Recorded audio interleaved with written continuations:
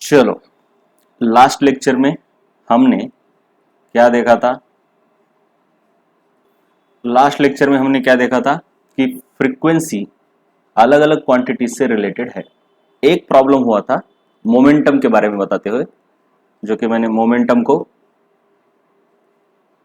हमने डिराइव क्या किया था, P is equal to 2E/C। ये गलत था, मैंने बोला पिछली वीडियो में भी, ये 2 नहीं है, E/C है। अब इसका डेरिवेशन क्या है? तो बेसिकली मैंने बताया कि P² is equal to, sorry, Einstein की थ्योरी ऑफ रिलेटिविटी से किसी भी पार्टिकल की एनर्जी को इस तरीके से रिलेट करते हैं, E² is equal to PC² plus MC²²। अब तुम बोलोगे कि E² इक्वल टू MC² होता है सर। नो, एक्चुअली ये होता है। ठीक है, ये कहां से आया, इसका डेरिवेशन हमको नहीं है, राइट। ये उसके लिए है जिस पार्टिकल को मास भी है और मोमेंटम भी है। अब फोटोन को यानी क्वांटम को मास तो नहीं है, इसका मतलब ये तो क्वांटिटी जीरो हो जाएगी। फिर फोटोन के लिए या क्वांटम के लिए E इक्वल टू PC आ जाएगा, दोनों बाजू का स्क्वायर हटाया तो, राइट। तो इससे क्या आता है, momentum is equal to energy divided by C। अब तुम एनर्जी को क्या लिख सकते हो, एच न्यू लिख सकते हो, राइट, डिवाइडेड बाय C। लेकिन न्यू बाय C 1/λ आता है, तो momentum is equal to H/λ भी आता है। लेकिन हम क्या करेंगे, सिर्फ फ्रीक्वेंसी के फॉर्म में जो फॉर्मूले उनको याद रखेंगे, जिससे कि हमें आसान जाएगा। तो ये देखो, ये फ्रीक्वेंसी है और ये अलग अलग क्वांटिटी से किस तरीके से जुड़ी हुई है।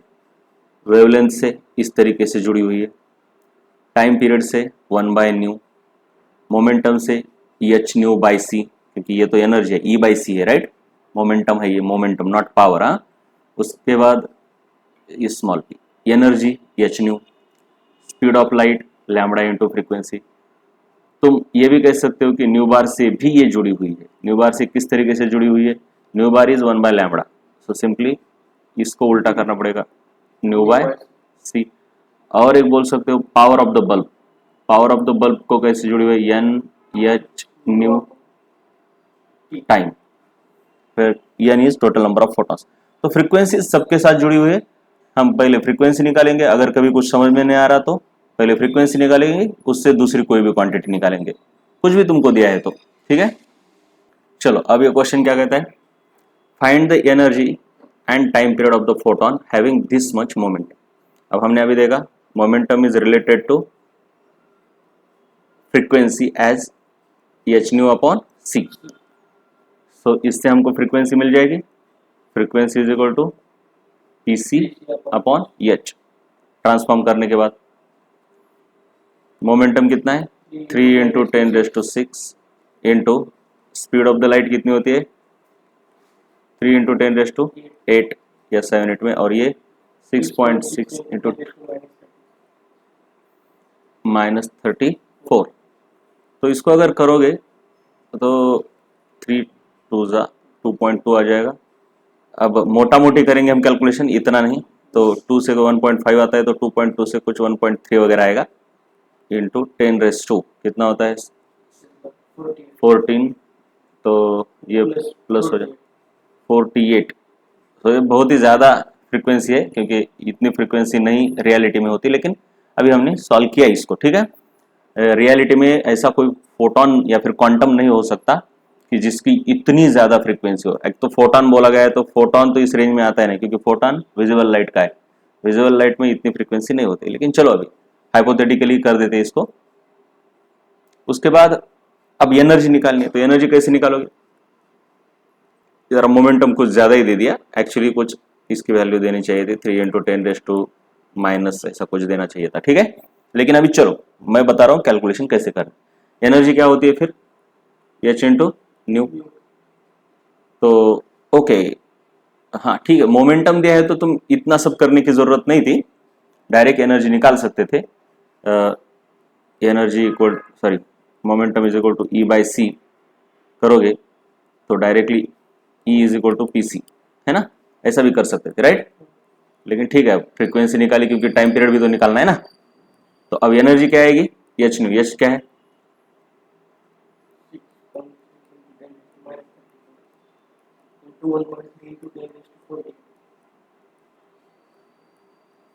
ठीक है, एनर्जी निकालनी है, ठीक है। चलो तो कितना आएगा, 78, 3 13 6 78, 7 कितना हो गया, 85.8, 10⁶ आ रहा है क्या, आराम से देखो, जूल। इसके बाद हमको निकालना है इसका टाइम पीरियड। टाइम पीरियड क्या होता है, 1 upon frequency, 1 divide by what is frequency, 1.3 into 10⁻⁴.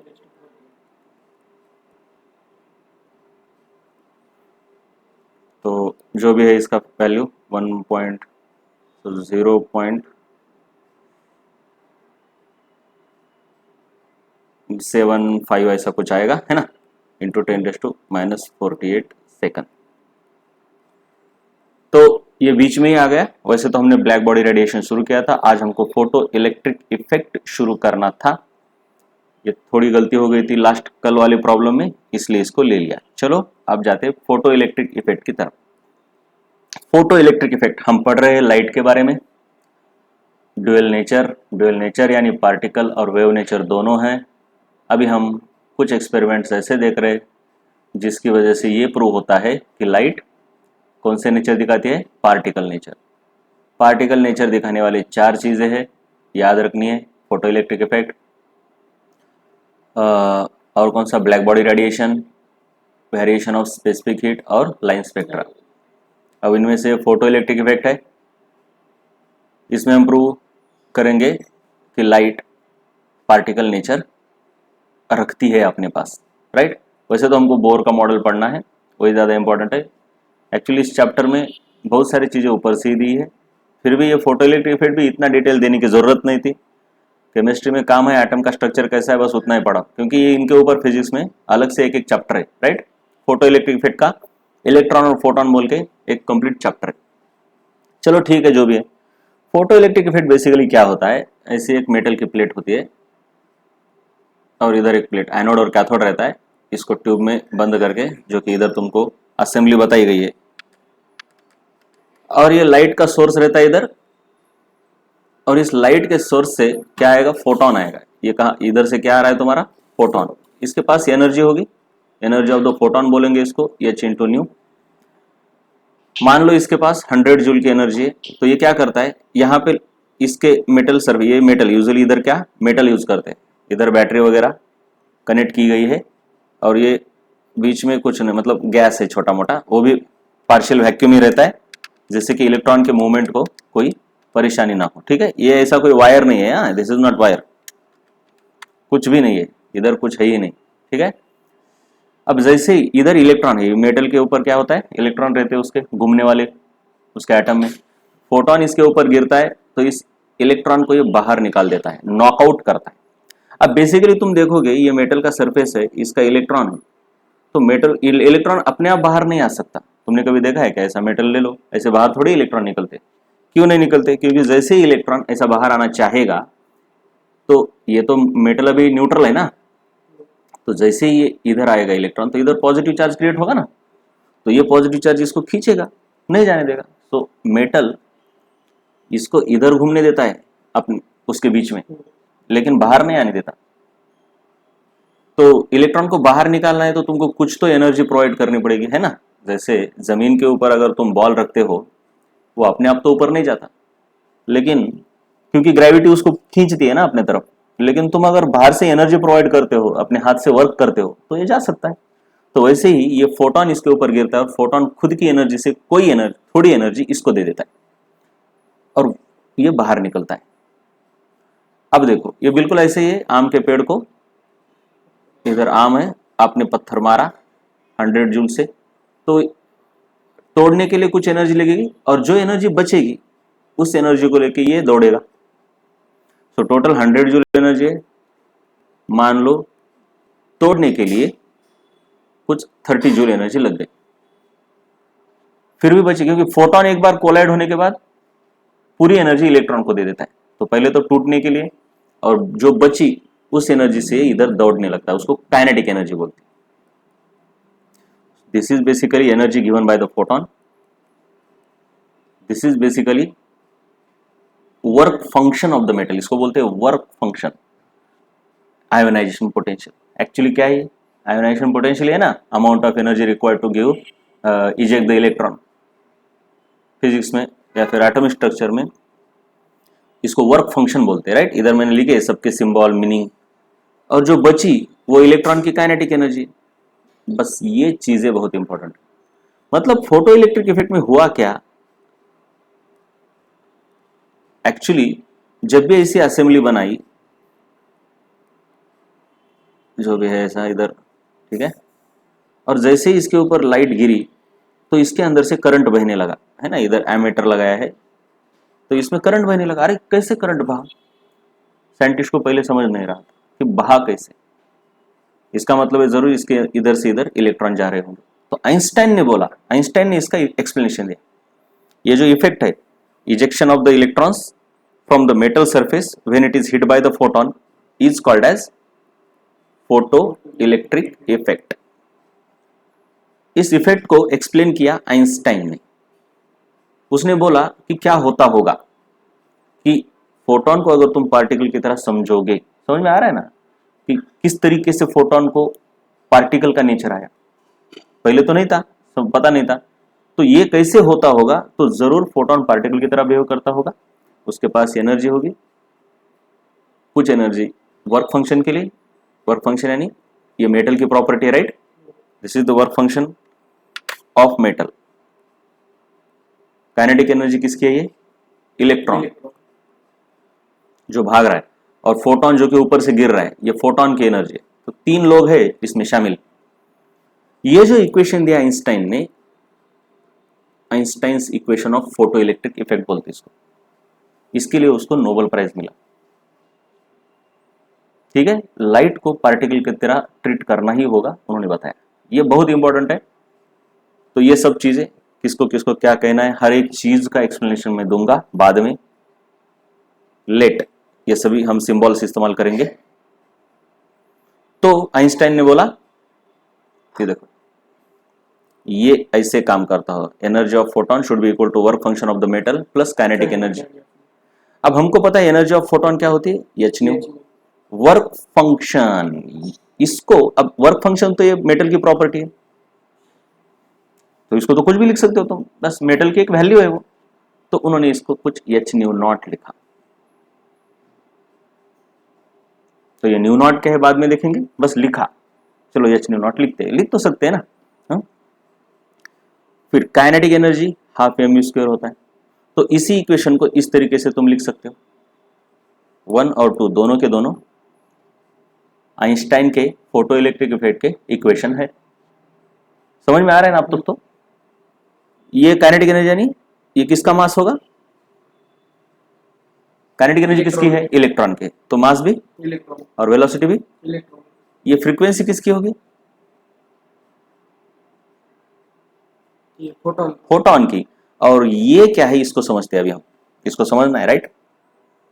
अब हम क्या बोल रहे हैं, so energy is equal to work function. Work function को क्या लिखा हमने?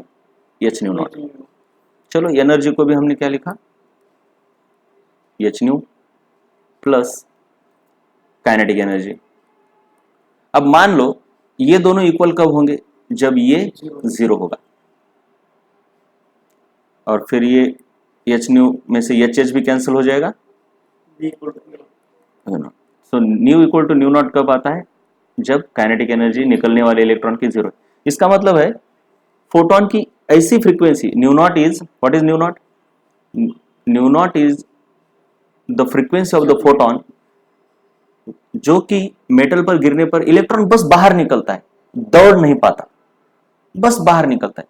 इसका मतलब ये कम से कम इतनी फ्रीक्वेंसी से तो फोटोन को गिरना ही चाहिए, क्योंकि अगर इससे कम फ्रीक्वेंसी से गिरेगा तो काइनेटिक एनर्जी नेगेटिव आ जाएगी। नेगेटिव काइनेटिक एनर्जी तो पॉसिबल नहीं है। समझ में आ रहा है कुछ? सो फ्रीक्वेंसी पर गिरने वाले फोटोन की फ्रीक्वेंसी, मतलब this is the lowest frequency of the falling photon. अब क्योंकि न्यू नॉट से कम अगर ये न्यू होता है तो काइनेटिक एनर्जी नेगेटिव आती है। ये समझ में आ रहा है? तुम अगर यहां देखोगे kinetic energy is equal to, है ना, इसको इधर लेके आओ, कॉमन निकालो, समझ में आ रहा है? Kinetic energy h nu minus h nu naught है ना, तो kinetic energy is equal to क्या होगा?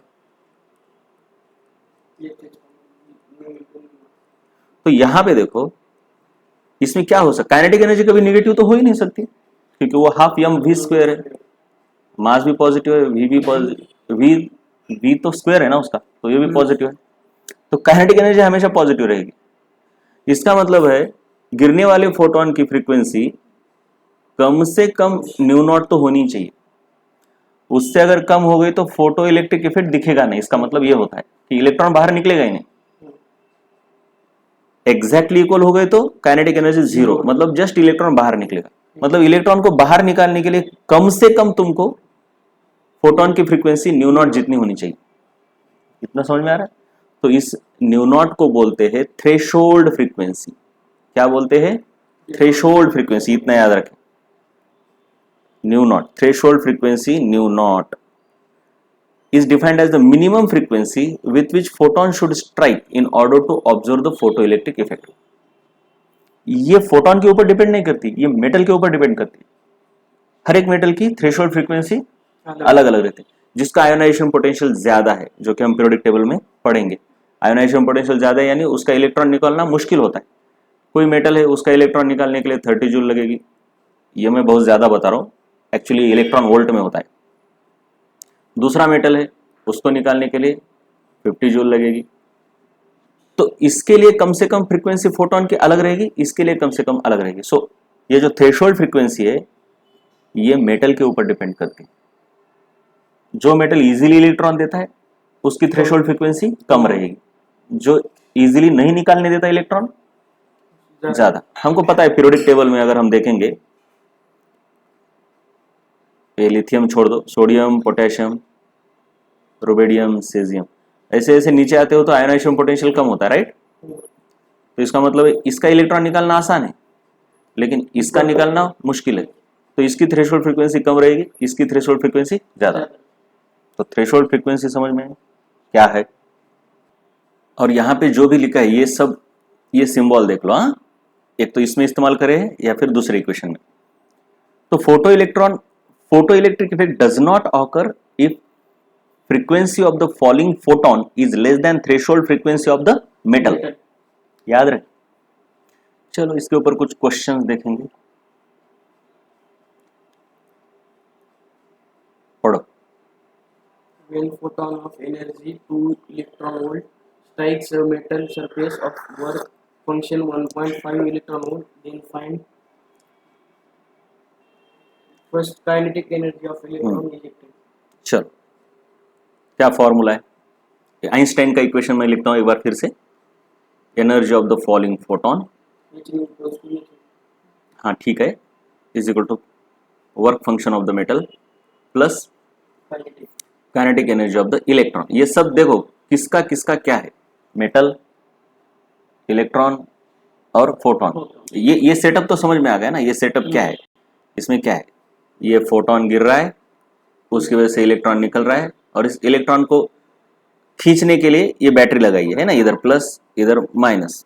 तो ये इलेक्ट्रॉन ऐसा आएगा और ये करंट फ्लो होगा। ये बैटरी का काम क्या है, इलेक्ट्रॉन को, ठीक है चलो इलेक्ट्रॉन बाहर निकला भी, लेकिन ऐसा हो सकता है इधर गिर जाए, है ना, तो यहां तक आए और सर्किट कंप्लीट हो जाए, इसके लिए ये बैटरी लगाई है। ठीक है, ये वैक्यूम चैम्बर यानी अंदर वैक्यूम वगैरह वैक्यूम ही रखना पड़ेगा, क्योंकि गैसेस है तो इलेक्ट्रॉन गैसेस के साथ कोलाइड हो जाएंगे, फिर फालतू में क्या होगा, रेजिस्टेंस क्रिएट होगा, राइट। और ये मेटल सरफेस ही क्यों लिया है, क्योंकि मेटल से इलेक्ट्रॉन को निकालना आसान है। तो ये है इक्वेशन, और इसी को हम थोड़ा सा फॉर्मूला का इस्तेमाल करके h nu is equal to h nu naught plus half m velocity square. ठीक है, चलो तो यहां पे तो काइनेटिक एनर्जी पूछा है, तो पहला या दूसरा कौन सा? नहीं, दूसरा वाला काइनेटिक एनर्जी पूछा है ना, तुमको वेलोसिटी थोड़ी पूछा है। तो directly energy of photon is equal to, मदद जाओ जरा, राइट। तो क्या है फॉर्मूला में, work function plus kinetic energy of electron. तो वैल्यू डालो, एनर्जी ऑफ फोटोन कितनी बताइए, 2 इलेक्ट्रॉन। अब इलेक्ट्रॉन वोल्ट की वैल्यू ये दी, लेकिन अब आंसर अगर जूल में निकालना है तो कन्वर्ट करना पड़ेगा। लेकिन अभी तो काइनेटिक एनर्जी हम इलेक्ट्रॉन वोल्ट में निकाल सकते हैं। 1 electron volt is this much joule, ये याद रखना। मतलब जो इलेक्ट्रॉन के ऊपर चार्ज रहते हैं ना कूलम, है ना, बस उतनी ये वैल्यू है। इनकी डेफिनेशन फिजिक्स में ऐसा क्यों है, क्या है, ठीक है। अब इसकी वैल्यू क्या है?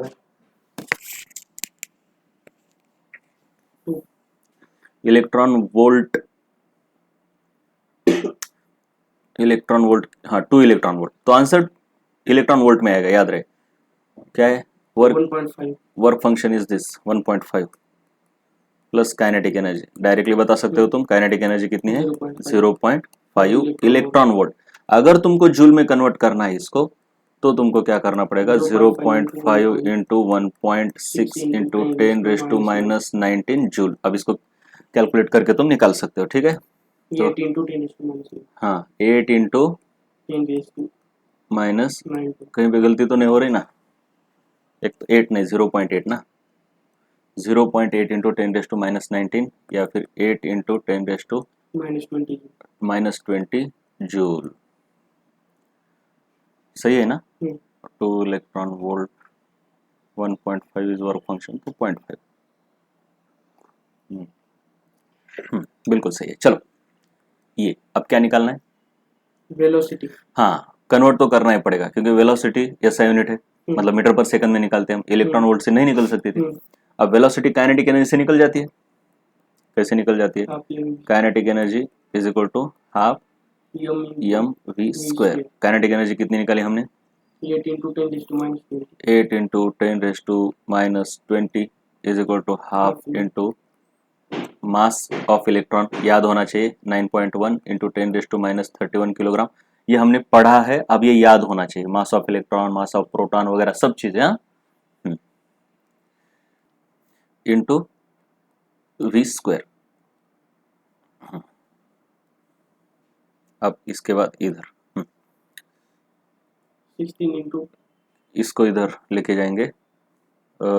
सो ये कितना हो जाएगा? डायरेक्ट मैं लिख रहा हूँ अभी सभी, ये तो मल्टीप्लीकेशन 8 इंटू 10⁻⁻20 इंटू ये 2 और नीचे जाएगा ये 10⁻31 is equal to v square. ये स्क्वायर वाली चीजों को निकालते आना चाहिए, हाँ, बहुत काम की चीजें होती है। चलो तो अब ये v यानी क्या होगा? इसका स्क्वायर रूट। पहले हम इसको निकाल लेते। अब रफली मोटा मोटी ये और ये तो नियरली सेम है, नियरली बोल रहा हूं मैं, तो 0.9 आएगा ऊपर, है ना, तो ऊपर आएगा 0.9। समझ में आ रहा है कुछ ऐसा कैसे किया मैंने? नियरली सेम है लेकिन ये थोड़ा छोटा है, ये इंटू 2 है तो 1.8 हो गया फिर।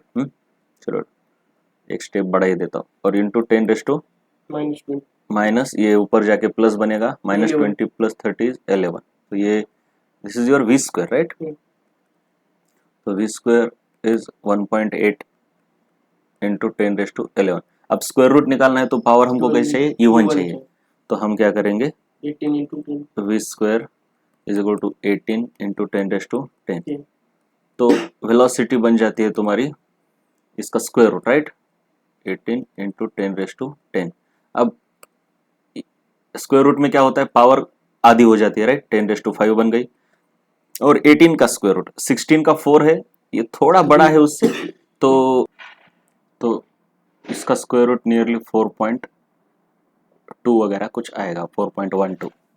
सो 4.2 मीटर पर सेकंड। हम रफ कैलकुलेशन ही कर रहे हैं। This is the velocity of ejected electron. चलो आगे क्या निकालना है देखो जरा। राइट,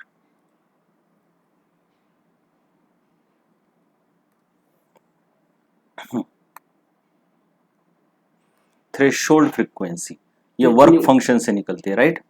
ये वर्क फंक्शन और एच न्यू सेम रहता है, right. So work function is equal to h nu naught. So threshold frequency is work function upon h, right. Work function कितना है भाई? 2 इलेक्ट्रॉन। लेकिन इसको जूल में करना पड़ेगा क्योंकि फ्रीक्वेंसी तो हर्ट्ज में निकालते हैं हम, वो एसआई यूनिट है, याद रहे। बस पहले क्वेश्चन में काइनेटिक एनर्जी तुम इलेक्ट्रॉन वोल्ट में निकाल सकते थे क्योंकि ये सब एडिशन है, तो ये इलेक्ट्रॉन वोल्ट, ये इलेक्ट्रॉन वोल्ट, ये भी इलेक्ट्रॉन वोल्ट में निकला। लेकिन बाकी चीज़ों पर एक ही करना है, सभी के सभी एसआई यूनिट इस्तेमाल करनी है। जब तक यूनिट के बारे में पूरा डिटेल नॉलेज नहीं आता तब तक करना क्या है, हमेशा एसआई यूनिट का इस्तेमाल करना है, राइट। कुछ भी हो SI unit 1.6 into 19 upon 6.6 into 10 to minus 30 6.6 into 10 to minus 30 -34। तो चलो मोटा मोटी क्या होगा ये तो होगा 3.3, राइट। और ये पॉइंट इधर चला गया 0.5 भी बोल, हाँ ठीक है चलो, 3 से अगर इसको इससे करोगे तो 3 5 15 मतलब 0.5 आएगा। सो 0.5 into 0.5 इंटू 10 to प्लस कर दिया तो 15 आता है क्या? हाँ बिल्कुल सही है 15, यानी 5 इंटू 10 to 14 हर्ट्ज है ना, जूल कैसे, थ्रेशोल्ड फ्रीक्वेंसी है ना ये, मतलब इतनी कम से कम फ्रीक्वेंसी फोटोन की होनी चाहिए अगर फोटो इलेक्ट्रिक इफेक्ट को ऑब्जर्व करना है तो, वरना इलेक्ट्रॉन बाहर निकलेगा ही नहीं उस मेटल से। उसके बाद फ्रीक्वेंसी ऑफ द फोटोन क्या होगी, फ्रीक्वेंसी ऑफ द फोटोन इनमें से कहां पर होती है? ये पहले वाली एच न्यू वाली, राइट, ये होती है frequency of the photon, right. तो frequency of the photon, energy of the photon is given by h nu, so frequency of the photon will be given by energy divided by h, clear है? So nu is equal to 3.2 into 10 raised to minus 9 energy is your energy of the photon which is given as photon energy, ये 2 electron volt है, so 2 into 1.6 into 10 raised to minus 9 upon 6.6 into 10 raised to 6.6 into 10 raise to minus 34, तो ये कितना हो गया भाई, इसको और इसको 16 32 3.2 0.5 into 10 raised to 6.5 कुछ नियर लेगा 0.5 into 10 raise to 15 nu naught, और ये सेम आ रहा है क्या? तो ऐसा नहीं हो सकता, मतलब ये हमारे रफ कैलकुलेशन की वजह से ऐसा हो रहा है, ठीक है, लेकिन ऐसा नहीं हो सकता। न्यू और न्यू नॉट अगर सेम आ गया तो फिर इलेक्ट्रॉन बाहर निकलेगा ही नहीं, और अगर बाहर नहीं निकलेगा तो उसकी काइनेटिक एनर्जी तो जीरो होगी फिर, ठीक है ना, लेकिन काइनेटिक एनर्जी तो हमने निकाली 0.5 है, तो नहीं, कुछ तो गलती हो गई। न्यू नॉट हमने क्या किया था, न्यू नॉट निकालते वक्त 1.5 लिया था क्या? न्यू नॉट के वक्त क्या लिया था हमने, इधर W डिवाइडेड बाय एच किया था ना, है ना, तो W कितना था हमारा 1.5, गलती हो गई उसके कैलकुलेशन में, गलती हो गई न्यू नॉट के, राइट, न्यू नॉट के कैलकुलेशन में गलती हो गई। एक बार देखो न्यू नॉट यानी थर्ड वाला, ये थर्ड वाला पॉइंट, ये तो हम फोर्थ वाला कैलकुलेट कर रहे थे, राइट, तो थर्ड वाले में गलती हो गई, इधर वर्क फंक्शन हमने 2 इस्तेमाल किया, एक्चुअली होना चाहिए 1.5 इंटू 1.6, तो फिर 1.5 into 1.6 into 10 raise to minus 19 divide by 6.6 into 10 raise to minus 34, तो ये बन जाएगा अभी मोटा मोटी ये 15 और 15 है ना, 2.25 क्योंकि 15 का स्क्वायर क्या है 225, तो ये 2.3 बन जाएगा, कुछ ऐसा, इतना कुछ नहीं, टेंशन नहीं लेना, 2.4 हाँ ठीक। तो 6 से फिर ये इधर गया, ये इधर गया, तो साइन चौक साइन 3 काट रहा, सो 3.8 ऐसा कुछ आएगा, समझ में आ रहा है कुछ ऐसा, 6.6 से इसको करोगे तो 3.7 ऐसा कुछ, मैं तो वैसे भी रफ ही निकाल रहा हूँ वैल्यू, और ये 10 रेज टू ये ऊपर जाने 15, ये 0 पॉइंट आएगा भाई, 0.3, कैलकुलेशन तुम कर लो, मैं तो बस आइडिया बता रहा हूँ, कैलकुलेशन तुमको करके देखने पड़ेंगे क्योंकि रफ कैलकुलेशन हमने ऑलरेडी फाउंडेशन में पढ़े हुए थे, right, into 10 raise to 15 so 3.7 into 10 raised to 14 joule, this is your nu naught, और इसलिए न्यू कितनी आई फिर अभी, न्यू कितनी आई हमारी मोटा मोटी, हाँ क्या हुआ, जूल नहीं हर्ट्ज, हाँ, और यहाँ 0.5 यानी 5 इंटू 10 रेज टू 14 हर्ट्ज, तो बिल्कुल देखो ये न्यू है, ये न्यू नॉट है, और new is greater than new not, तभी तो इलेक्ट्रॉन बाहर निकला और उसको काइनेटिक एनर्जी है, राइट, ऐसा तो होना ही चाहिए, राइट। चलो आगे देखेंगे नेक्स्ट वाला क्वेश्चन।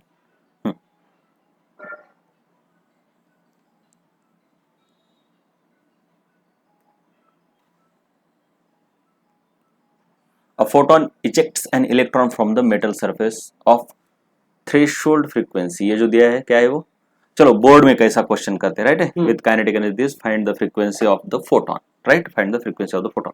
बोर्ड में कैसा करते हैं, चलो सबसे पहले तो सॉल्यूशन निकलेंगे, फिर बोलेंगे गिवन क्या दिया है भाई, direct new not threshold frequency 2 into 10⁻²² hertz, unit भी लिखने होते हैं। उसके बाद kinetic energy of the electron, ऐसा ई लिखो या ना लिखो कोई फर्क नहीं पड़ता, लेकिन के ई लिखना पड़ेगा, ठीक है। कितनी दी है 3, हाँ इसको कन्वर्ट जल्दी से कर लो, क्यों, क्योंकि तुमको फ्रीक्वेंसी निकालनी है जो कि तुम हर्ट्ज में निकालोगे, वो ऐसा यूनिट है तो तुमको कन्वर्ट करना पड़ेगा, तो इधर ही करने का, इधर ही K E is equal to 3 electron volt is equal to 3 into 1.6 into 10⁻⁻19 joule, ऐसा ही लिखो, ऐसा रहने दो या फिर करो 4.-19 जूल, ये होता है बोर्ड में लिखने का तरीका। और क्या निकालना है तुमको, frequency of the photon, frequency of the photon, ये राइट। अब एक के नीचे एक लिखना है तुमको, ऐसे लाइन मार के इधर नहीं लिखना है क्योंकि मेरी स्क्रीन अभी हॉरिजॉन्टल है, राइट। तुम्हारा जो पेपर रहता है, इधर सॉल्यूशन लिखोगे तुम, इधर गिवन डेटा, फिर इधर फॉर्मूला जो भी है, फिर उसमें वैल्यू डाल के इधर कैलकुलेशन करके ये फाइनल आंसर, ऐसा एक के नीचे। इधर तुमको कुछ नहीं, इधर तुम लाइन मार के रफ कैलकुलेशन कर सकते हो, ऐसा इधर रफ लॉग कैलकुलेशन है, रफ है तो इधर करने का, इधर ही करने का, पिछले वाले पेज में नहीं करना है, ठीक है। और इस तरीके से बताना है कि मेन कैलकुलेशन तुम्हारा क्लियरली इधर दिखना चाहिए, वरना रफ भी इसके अंदर घुस रहा है, ये भी इसके अंदर, नहीं नहीं, बोर्ड में बिल्कुल क्लीन होना चाहिए, बिल्कुल क्लीन। अब यहाँ पे तो कोई रफ कैलकुलेशन या लॉग कैलकुलेशन करने की जरूरत नहीं, तो एक के नीचे एक लिखना है। Next, we know frequency of photon, sorry energy of photon, we know energy of photon is equal to h into nu. यहाँ पे लिख भी सकते हो where h is Planck's constant, nu is frequency. अब इतना लिखने की जरूरत नहीं, डिटेल उनको समझ जाता है। यूजुअल सिंबल जो बुक्स में इस्तेमाल किए गए सिंबल है, उनको अगर तुम इस्तेमाल करते हो तो तुमको उनके मीनिंग लिखने की जरूरत नहीं है, ठीक है। So nu is equal to, तो इधर दिस सिंप्लाइज लिखना पड़ता है, nu is equal to, so is equal to energy of photon कितनी आई 4.8 10⁻⁻19 डिवाइडेड बाय 6.6। तुम यहाँ ये भी लिख सकते हो गिवन, और we know Planck's constant h equal to, ऐसा कुछ लिख सकते हो। एच की वैल्यू भी लिखा तो भी चलेगा, नहीं भी लिखा तो वो एक कांस्टेंट है, उनको पता चलता है कि उसने इस्तेमाल किया है। तो ये कैलकुलेशन अभी बोर्ड में रफ नहीं कर सकते, बोर्ड में नहीं कर सकते तुम रफ, इसको तुमको लॉग का इस्तेमाल करके करना होगा, या फिर इधर अच्छे से कैंसिल करो, इधर ही काट काट काट काट करके ऐसे नीचे नहीं लेके जाना है, राइट। बाजू में लिखो आराम से, काटा काटी इधर करो, ये ऐसा इधर, ये तुम्हारा जो भी है रफ लिखना है 4.8 डिवाइड बाय 6.6, तो ये भी इधर चला गया, ये भी इधर चला गया, तो 48/66। अब काटा काटी कैसे करना है, रफ नहीं करना है, एग्जैक्ट करना है। तुमको पता है इसको 11 से जाता है, ऊपर वाले को जाए या ना जाए, लेकिन नीचे वाले को जाना चाहिए। सो 11 6 जा, और फिर 11 से इसको 11 4 जा 44, 4 बचा 40 हो गए, 0.37 बचे 70 हो गए 6। चलो इसके आगे जाने की जरूरत नहीं, 2 डेसिमल तक जाओ। फिर इसको और काटो, 6 से डायरेक्ट काट सकते हो, तो कितना आएगा 0.67 जा 42, फिर एक बचा 16 हो गए, 7 2 जा, सॉरी 6 2 जा 12, तो 4 बचे 6 जा, बस इसके आगे नहीं जाना है। 2 से 3, तो ये तुम्हारा 0.726 इंटू, हाँ तो 10 आराम से बिल्कुल 15, दिस इज द फ्रीक्वेंसी। सो इसको अब साइंटिफिक नोटेशन में भी लिखना जरूरी है, तो कितना, इसको अगर तुम शिफ्ट करते हो तो 7.26 इंटू 10⁻14 क्या हर्ट्ज, ये तो लिखना ही है, इसके आगे लिखना पड़ता है, इसके आगे देयरफॉर, मतलब इसकी वैल्यू लिखनी पड़ती है। रुको, ये तो तुमने आंसर निकाला, तुमको नीचे स्टेटमेंट लिखना होता है देयरफॉर, ये तो न्यू है रे भाई, वेलोसिटी नहीं है, हाँ, frequency frequency of photon of photon is equal to is equal to 7.26 into 10⁻14 hertz. Unit भी लिखना होता है, यूनिट नहीं लिखा तो हाफ मार्क चला गया, वैल्यू अगर गलत हो गई तो हाफ मार्क चला गया। और हमेशा लॉग का इस्तेमाल नहीं करना है। लॉग कैलकुलेशन बोर्ड में कैसे करते हैं उसके अलग से वीडियो मैंने बनाए हैं, उनको देखना। लेकिन हमेशा इस्तेमाल करने की जरूरत है ऐसा भी नहीं, तुम ऐसे काटा काटी कर सकते हो, राइट। जहां पे हो ही नहीं सकता काम तब इस्तेमाल करना है तुमको लॉग का। नेक्स्ट, अभी इसको डायरेक्ट करेंगे हम, राइट। बोर्ड का एक हाथ एग्जांपल लेंगे, बोर्ड में कैसे लिखते हैं, पढ़ो। find the velocity of electron ejected from a metal surface of threshold wavelength 200 nanometer struck by a photon of wavelength lower by 30% than threshold wavelength of metal.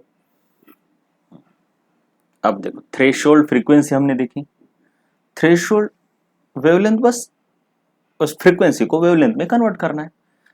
देखो थ्रेशोल्ड फ्रीक्वेंसी क्या है, कम से कम फ्रीक्वेंसी कितनी चाहिए फोटोन की, तो wavelength क्या होगी, ज्यादा से ज्यादा वेवलेंथ कितनी चाहिए, क्योंकि वेवलेंथ उल्टा होती है ना, उल्टा होती है। तो threshold frequency is minimum frequency required to obtain observe the photoelectric effect, whereas threshold wavelength is minimum wavelength required to observe, maximum wavelength of the photon required to observe the photoelectric effect, right। तो नीचे देखो जरा, यहाँ पे लिखा है threshold wavelength is the maximum wavelength of the photon, threshold frequency is minimum frequency। threshold frequency का क्या फॉर्मूला है तुम्हारा, जो भी work function divided by H, this is your threshold frequency. Threshold wavelength क्या है, पहले फ्रीक्वेंसी निकालो और उसको लैम्बडा में कन्वर्ट करो, C by lambda, sorry C by frequency. या फिर ओरिजिनली देखो तुम ऐसा कर सकते हो, इसको क्या लिखोगे, ये तो actually work function divide by h है ना, तो h c by nu naught, h c by work function. आराम से देखो, बिल्कुल जल्दबाजी नहीं, जल्दबाजी नहीं, बिल्कुल नहीं। तुमको ये पता है work function is equal to h into nu naught, so work function is equal to h into nu naught यानी सी बाय लैम्बडा नॉट। तो लैम्बडा नॉट क्या होगा, वर्क फंक्शन। ये भी फॉर्मूला है, ये भी चलेगा। और फ्रीक्वेंसी का तो ये पता होना चाहिए, वर्क फंक्शन अपॉन एच, ठीक है। या पहले फ्रीक्वेंसी निकाल लो और उससे आराम से लैम्बडा निकाल लो। लेकिन मैक्सिमम किधर है और मिनिमम किधर है, फ्रीक्वेंसी उससे ज्यादा चाहिए, फ्रीक्वेंसी, क्योंकि फ्रीक्वेंसी बढ़ाने पर फोटोन की एनर्जी बढ़ती है, राइट। लेकिन लैम्बडा बढ़ाने पर फोटोन की एनर्जी कम होती है, तो लैम्बडा होगी मैक्सिमम, मतलब ये मैक्सिमम लैम्बडा है।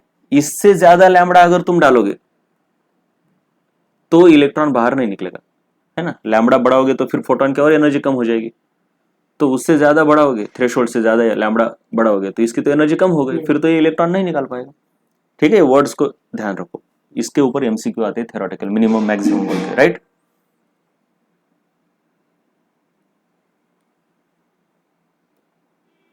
चलो अभी ये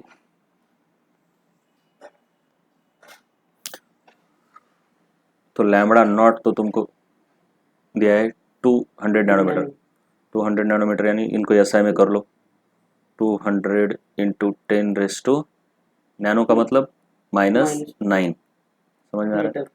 तो ये 2 इंटू -7 मीटर, 2 जीरो को एडजस्ट किया। वेवलेंथ ये किसकी है भाई, फोटोन, मतलब लैम्बडा कितनी है बोला है, लोअर बाय 30% देन थ्रेशोल्ड, मतलब थ्रेशोल्ड से कम, थ्रेशोल्ड से कम चलती है फोटोन की एनर्जी, एनर्जी नहीं सॉरी, वेवलेंथ कम चलती है। अगर फ्रीक्वेंसी होती तो ज्यादा होनी चाहिए, वेवलेंथ है तो थ्रेशोल्ड से कम होगी, तभी तो फोटोइलेक्ट्रिक इफेक्ट दिखाई देगा। कितनी कम है, 30%, उससे ही 30% कम। ये जो है ये जो स्टेटमेंट है ये, इसको मैंने अभी यहाँ मैथमेटिकल लिखा, समझ में आया? ये बहुत ज़्यादा इंपॉर्टेंट है, ये समझना चाहिए। अब इसको थोड़ा मैं घुमा के लिख लेता हूँ, तो तुम अगर देखोगे ये तो क्रॉस मल्टीप्लाई वगैरह करके इसके नीचे कुछ नहीं मतलब 1 रहता है, तो ये 100 माइनस 30 70/100 लैम्बडा नॉट, या फिर 7/10, सो लैम्बडा बिकम्स 7/10 लैम्बडा नॉट। ये भी समझ में आ रहा है? ये कैलकुलेशन बहुत इंपॉर्टेंट है। चलो, लैम्बडा आ गया, लैम्बडा नॉट है। अभी इसकी वैल्यू नहीं डाल रहा मैं, ये वैल्यू इधर डाल सकते हैं हम लैम्बडा नॉट की, और लैम्बडा भी कैलकुलेट कर सकते हैं, लेकिन जरूरत नहीं आगे वाले कैलकुलेशन में। हमको निकालना क्या है भाई? Velocity of the electron ejected. तो हमको क्या लिखना पड़ेगा? इक्वेशन कौन सा लिखोगे, पहला वाला या दूसरा वाला? पहला वाला नहीं, उसमें वेलोसिटी थोड़ी, उसमें तो काइनेटिक एनर्जी। तो दूसरा वाला क्या है?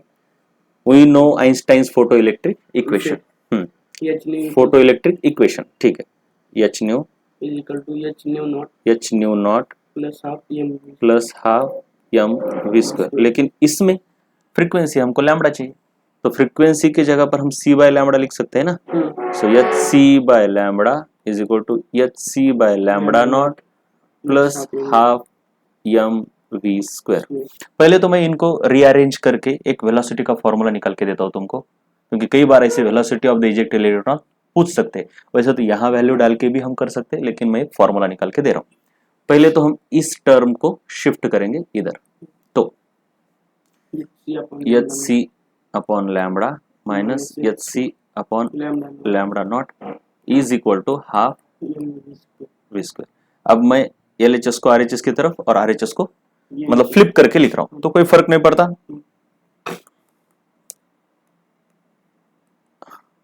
वैसे तो डायरेक्ट लिखना चाहिए फटाफट, लेकिन चलो ठीक है, ये भी ठीक है। अभी मैं इसको आगे लेके जा रहा हूं इधर। तो क्या होगा, ये 2 इधर आएगा और यम नीचे जाएगा। अब देखो देखो देखो आराम से, पहले तो मैं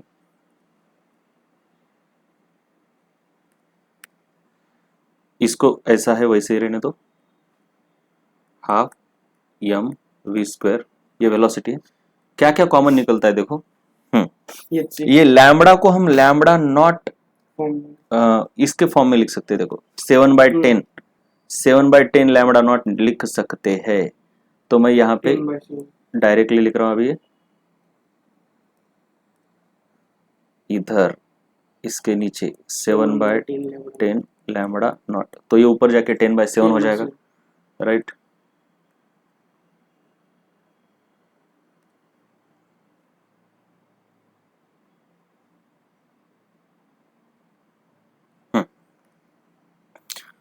तो भाई एच सी, ये 10 h c by 7 lambda naught minus h c upon lambda naught. अब कॉमन निकलता है h c by lambda naught, क्या कॉमन निकलेगा? तो h c upon lambda naught अगर कॉमन, वैसे रहने दो, रुको अभी मैं वैल्यू नहीं डाल रहा, मुझे फॉर्मूला निकाल के देना है ना तुमको। फॉर्मूला तो इधर नहीं, पहले फॉर्मूला निकालने दो मेरे को। तो इधर लैम्बडा ही रहने दो, ठीक है। फॉर्मूला पहले निकालेंगे, बाद में वैल्यू डालेंगे। तो अब यहां से कॉमन क्या निकलता है? H c, so half m v square is equal to h c common निकाला 1 upon lambda minus 1 upon lambda naught. अब ये v square is equal to क्या हो गया, ये 2 मल्टीप्लीकेशन में मास नीचे गया, और ये 1 by lambda minus 1 by lambda naught. तो वेलोसिटी का फॉर्मूला बनता है, ये स्क्वायर इधर जाके स्क्वायर रूट बनेगा 2hc by m 1 by lambda minus 1 by lambda not.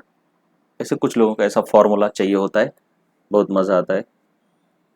ये लो फॉर्मूला, ठीक है। अब इसके अंदर वैल्यू डालेंगे और हम कैलकुलेशन करेंगे, ठीक है। देखो ये पूरा फॉर्मूला है, इधर से शुरू हुआ यहां तक आए हम। अब इसके अंदर वैल्यू डालनी है हमको, जगह चाहिए, अच्छे से लेंगे हम इधर। अभी इसको मैं कट कर रहा हूं। अभी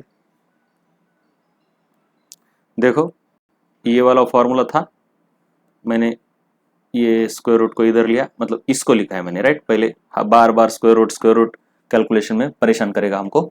वी स्क्वायर पहले निकालते हैं, बाद में V तो उसका स्क्वायर रूट निकालेंगे।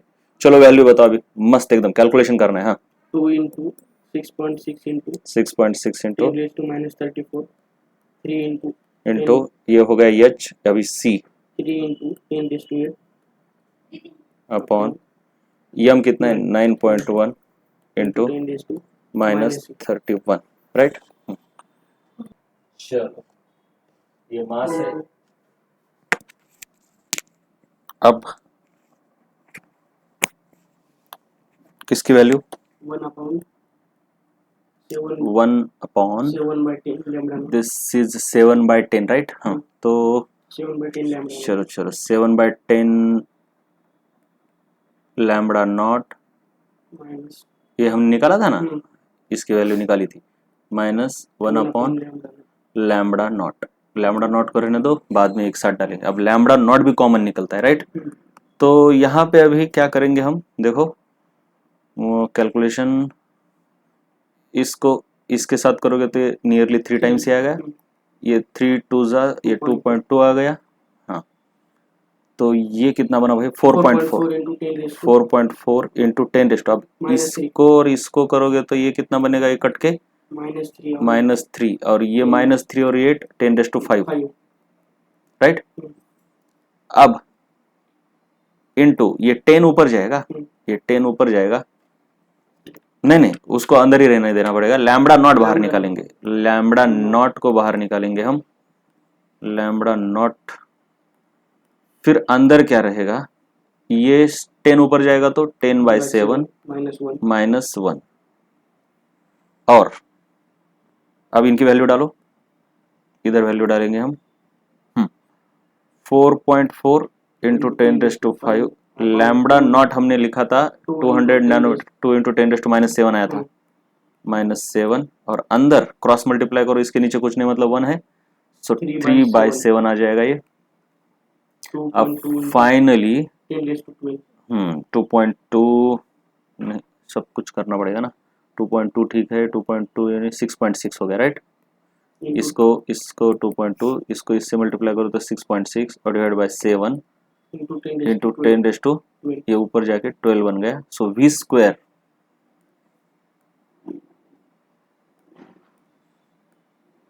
बिल्कुल तुम्हारा वी स्क्वायर क्या आ रहा है, इससे इसको काटो तो 0 बन जाएगा,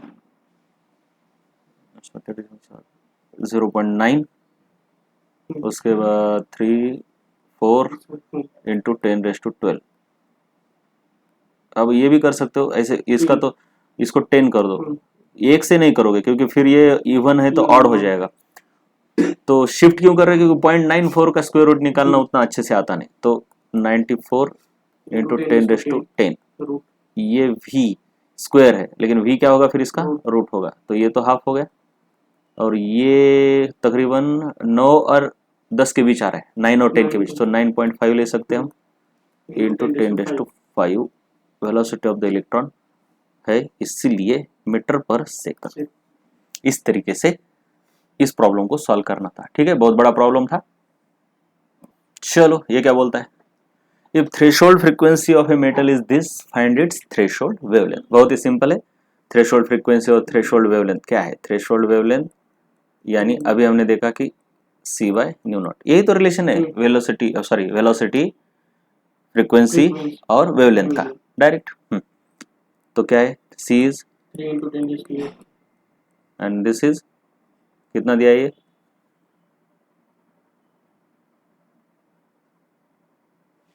3 into 10⁻².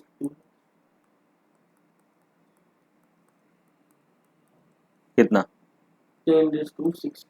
मीटर, कुछ नहीं मतलब मीटर, मीटर। ठीक है। ओके चलो लाइट के बारे में कुछ चीजें याद रखो। Brightness of light is proportional to intensity of light. Bright है मतलब इंटेंसिटी ज्यादा है, इसका मतलब है नंबर ऑफ फोटॉन ज्यादा है। इसका मतलब क्या है, number of photons per unit, मतलब लाइट की ब्राइटनेस बढ़े तो उसकी फ्रीक्वेंसी बढ़े, ऐसा नहीं है, नंबर ऑफ फोटॉन ज्यादा है, उसी फ्रीक्वेंसी के फोटॉन ज्यादा आ रहे हैं, राइट। कई लोगों को लगता है ब्राइटनेस बढ़े तो क्या बढ़ाया आखिर, फोटोन बढ़ाए, उनकी फ्रीक्वेंसी बढ़ाई या वेवलेंथ बढ़ाए, तो याद रहे नंबर ऑफ फोटोन बढ़ाना मतलब फ्रीक्वेंसी बढ़ाना ऐसा है क्या? नहीं, बस उनकी संख्या बढ़ाना। Intensity of light is more means number of photons in it are more, per unit area ज्यादा फोटोन आ रहे हैं। When frequency of light changes, then color of the light changes but not the brightness। Frequency बढ़ाने से brightness change नहीं होता, colour change होता है। समझ में आ रहा है? ठीक है। अब observations of photo electric effect है, ये बहुत इंपॉर्टेंट है। इसके एक एक ऑब्जर्वेशन के ऊपर एक्सपेरिमेंट है फिजिक्स में, उनके ग्राफ्स है, प्रॉब्लम्स भी है, और कई प्रॉब्लम कभी कभी केमिस्ट्री में भी आते हैं। लेकिन जब फिजिक्स में पढ़ोगे तो पूरा का पूरा डिटेल समझ में आएगा। तो एमसीक्यू के बुक में एक हाथ ग्राफ के ऊपर प्रॉब्लम आया भी फोटो इलेक्ट्रिक इफेक्ट के ऊपर, तो उसको स्किप करना है, क्योंकि फिजिक्स में होने के बाद बहुत अच्छे से आएगा। एक ही चैप्टर के अंदर कितने चैप्टर पढ़ोगे तुम? ठीक है, तो बस ये ऑब्जर्वेशन देखो। Electron ejected is instantaneously completely when photon strikes. Instantaneous, ऐसा नहीं कि इसके ऊपर फोटोन गिर रहा है फिर 1 घंटे बाद इलेक्ट्रॉन निकल रहा है, ऐसा है क्या? नहीं, जैसे ही गिरता है इंस्टैंटेनियसली इलेक्ट्रॉन बाहर। उसके बाद क्या है? Number of electrons ejected, number of electron ejected यानी करंट थ्रू द वायर, जो एक्सटर्नल सर्किट से एमीटर में हमने मेजर किया, is directly proportional to, that is related to intensity of falling light. हाँ, जितनी इंटेंसिटी ज्यादा, इसका मतलब है उतने ज्यादा फोटोन गिर रहे, जितने ज्यादा एक फोटोन एक इलेक्ट्रॉन को इजेक्ट करता है तो उतने ज्यादा इलेक्ट्रॉन आएंगे, जितने ज्यादा इलेक्ट्रॉन आएंगे उतना करंट ज्यादा आएगा, यानी intensity of light is directly proportional to current in the circuit. Circuit मतलब ये जो बाहर वाला सर्किट है, समझ रहा है ना? ये ऐसा करके, ये ऐसे बैटरी कुछ थी, है ना? इलेक्ट्रॉन तो इधर से निकल रहा है, लेकिन ये करंट फिर इधर आके इधर से इधर जा रहे, तो ये करंट ही तो बह रहा है इसके अंदर से। Photo electric effect is observed only if frequency of falling photon is greater than threshold frequency। ये तो सही बात है, थ्रेशोल्ड फ्रीक्वेंसी से ज्यादा ही होनी चाहिए। वही वेवलेंथ है तो is if wavelength of the falling photon is less than threshold wavelength। kinetic energy of the electron ejected is directly proportional to the frequency of falling photon। हाँ, ये बहुत इंपॉर्टेंट है। current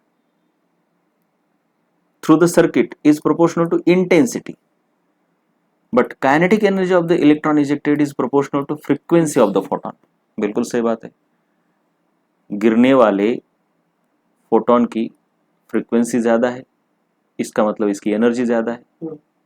एनर्जी मतलब 100 तुम बढ़ाते हो तो एनर्जी 150 हो जाएगी, तोड़ने के लिए तो फिक्स अमाउंट 30 जूल लगेगा मान लो, तो बचेगी ज्यादा तो इलेक्ट्रॉन जोर से मूव करेगा, वेलोसिटी इलेक्ट्रॉन की ज्यादा होगी तो काइनेटिक एनर्जी भी ज्यादा होगी। सो ये सभी तुमको थ्योरी में पूछते हैं, राइट?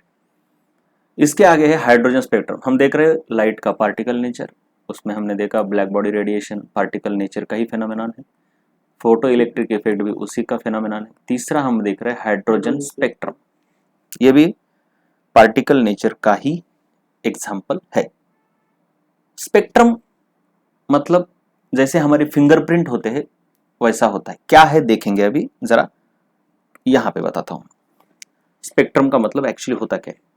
मान लो तुमने हाइड्रोजन एटम्स किसी चेंबर में यहां पे ले ली, चेंबर मतलब वेसल में, राइट?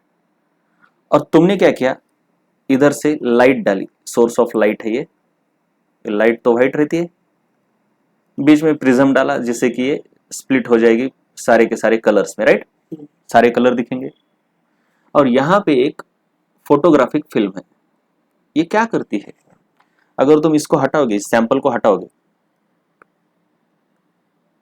तो ये लाइट जाके इसके ऊपर गिरेगी और यहाँ पे एक ऐसा पैटर्न दिखाई देगा, पूरा ये विबग्योर मतलब रेनबो दिखता है इधर, मतलब पर्दा है ऐसा समझो कुछ, रेनबो जैसे हमारे एक्सरे होते हैं ना, अगर तुमने एक्सरे को डालोगे तो ये पूरा व्हाइट हो जाएगा पेपर, और बीच में तुम इंसान को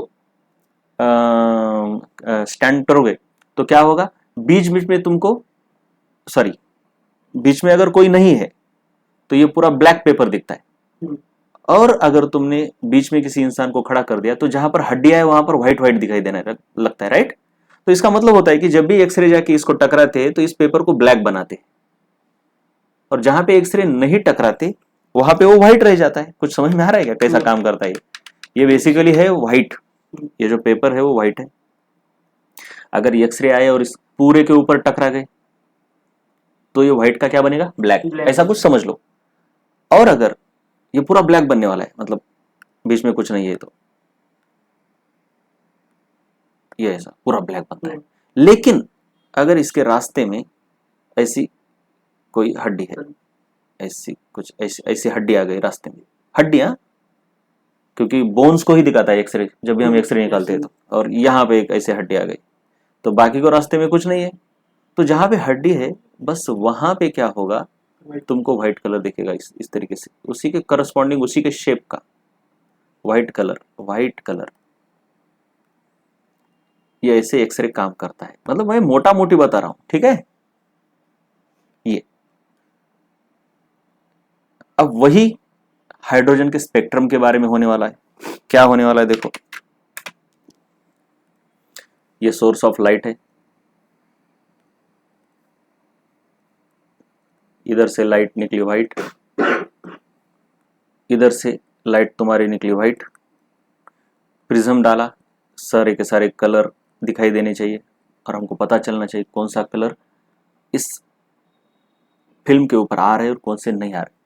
वैसे तो यहाँ पे रेनबो दिखाई देगा पूरा, क्योंकि 7 कलर है, लेकिन इस के रास्ते में अगर तुम कुछ सैंपल ऑफ एटम रखते हो, मतलब जैसे कि इसके अंदर कोई सैंपल है एटम का, मान लो हाइड्रोजन है,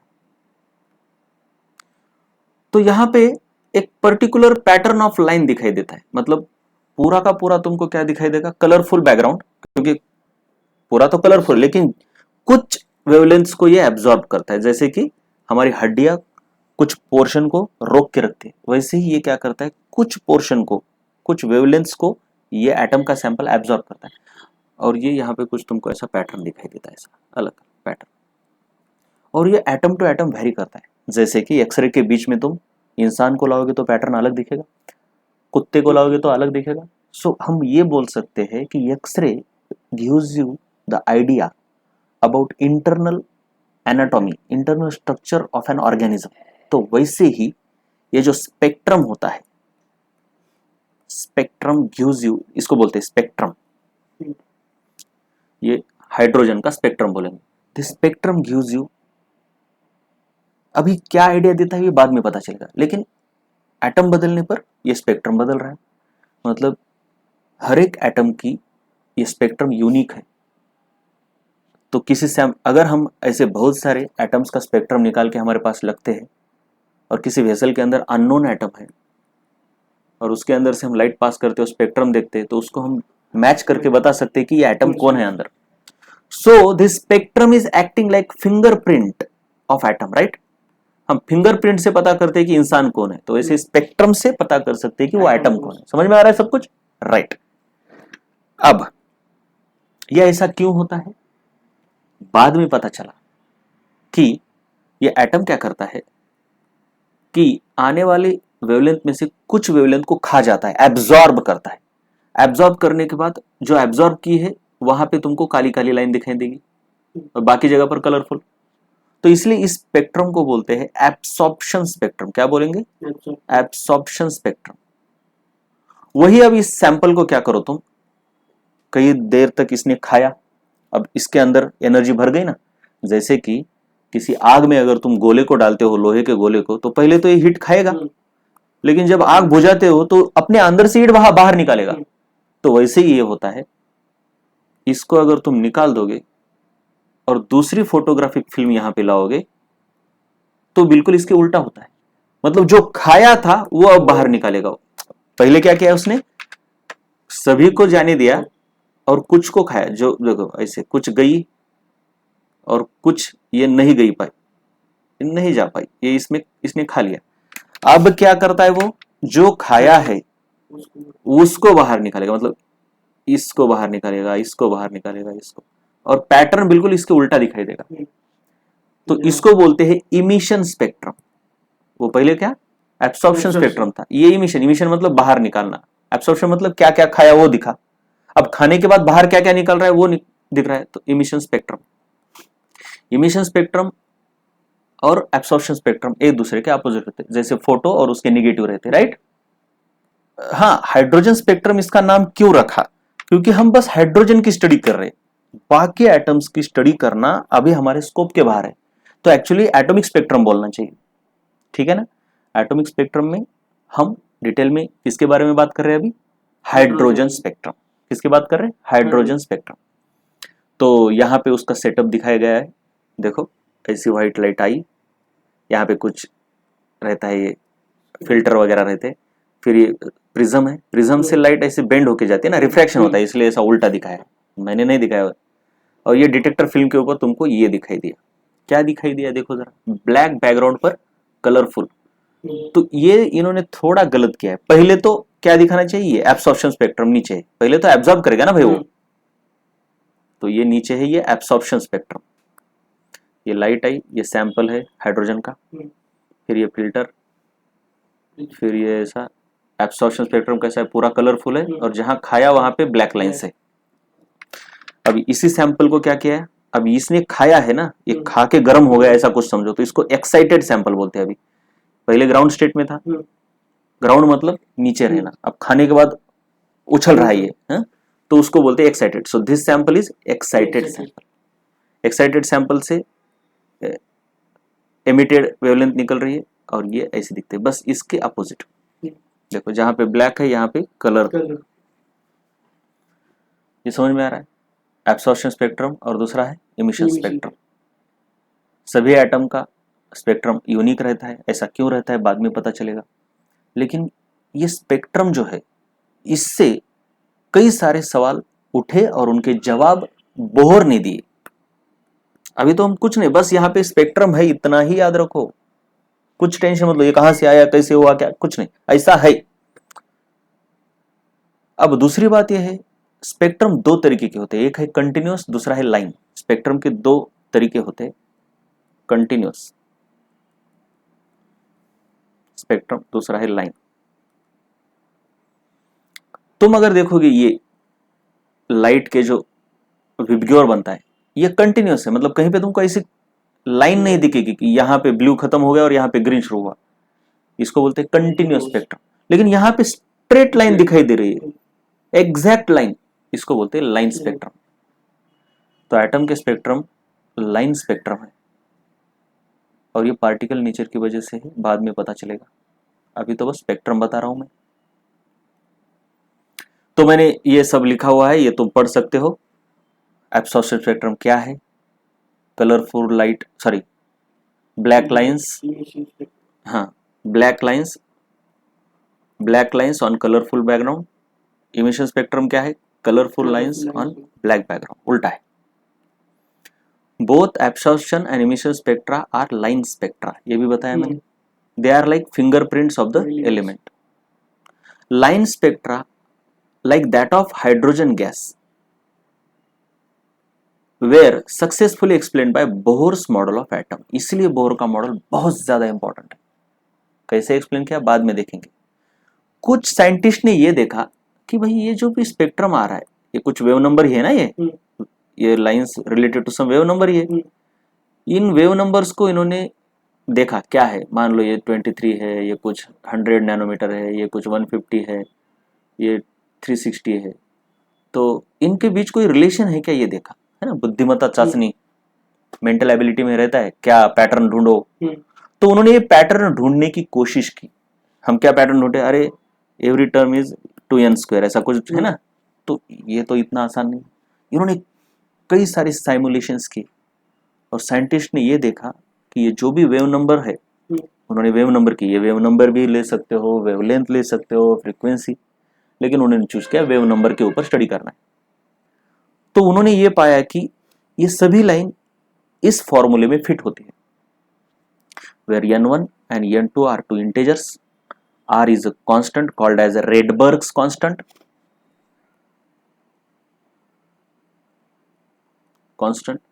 उसकी भी कुछ वैल्यू है, बाद में बताऊंगा मैं। z is again some constant। अभी तो कुछ पता ही नहीं है, कुछ भी पता नहीं है, कि बस उन्होंने बोला भाई ये पैटर्न फॉलो कर रही है लाइन, यहाँ पे 1 2 3 डालोगे कुछ ऐसा, तो ये सभी इसके पैटर्न में आ रही है। ऐसा क्यों है, क्या है, कुछ पता नहीं। ये ऐसा क्यों है ये बताया इन रिलेशन के बेसिस पर और क्वांटम मैकेनिक्स के थ्योरी के ऊपर बोर ने खुद का एक मॉडल प्रपोज किया और बताया कि ये ऐसा क्यों है। इसलिए बोर का मॉडल बहुत ज्यादा सेलिब्रेटेड और यूजफुल है। ये ऐसा क्या क्या है ये बाद में देखेंगे हम। ना, ये जो रिलेशन है वो यहाँ पे नहीं दिख रहा क्या ऐसा? यहाँ पे क्या मतलब क्या सेम है? लाइन डिफरेंट है, कुछ ज्यादा गैप। हाँ हाँ वही तो, ये गैप अलग अलग है, कहीं पर ज्यादा है तो उसने थोड़े ही ये बोल रहा है कि wave number is equal to some constant into n, ऐसा थोड़ी है। ऐसा रहता तो फिर 1 2 3 एग्जैक्ट मतलब ऐसे लाइन ऐसे आती, एग्जैक्ट गैप इक्वल गैप में आती। तो ये तो एक्चुअली 1/n1 स्क्वायर है माइनस 1/n2, इसका ग्राफ तुम निकाल के देखो, तुम ऐसे ही आता है, कम ज्यादा ही आएगा। ऐसे थोड़ी है 1/3 माइनस 1/4 स्क्वायर अलग आएगा, 1/4 स्क्वायर माइनस 1/5 स्क्वायर ये अलग आएगा, उनके बीच का गैप अलग अलग आएगा। बिल्कुल सही बताया उन्होंने। ये तो फिर भी बहुत ही रफ ग्राफ है, एग्जैक्ट फिट होता है, ठीक है।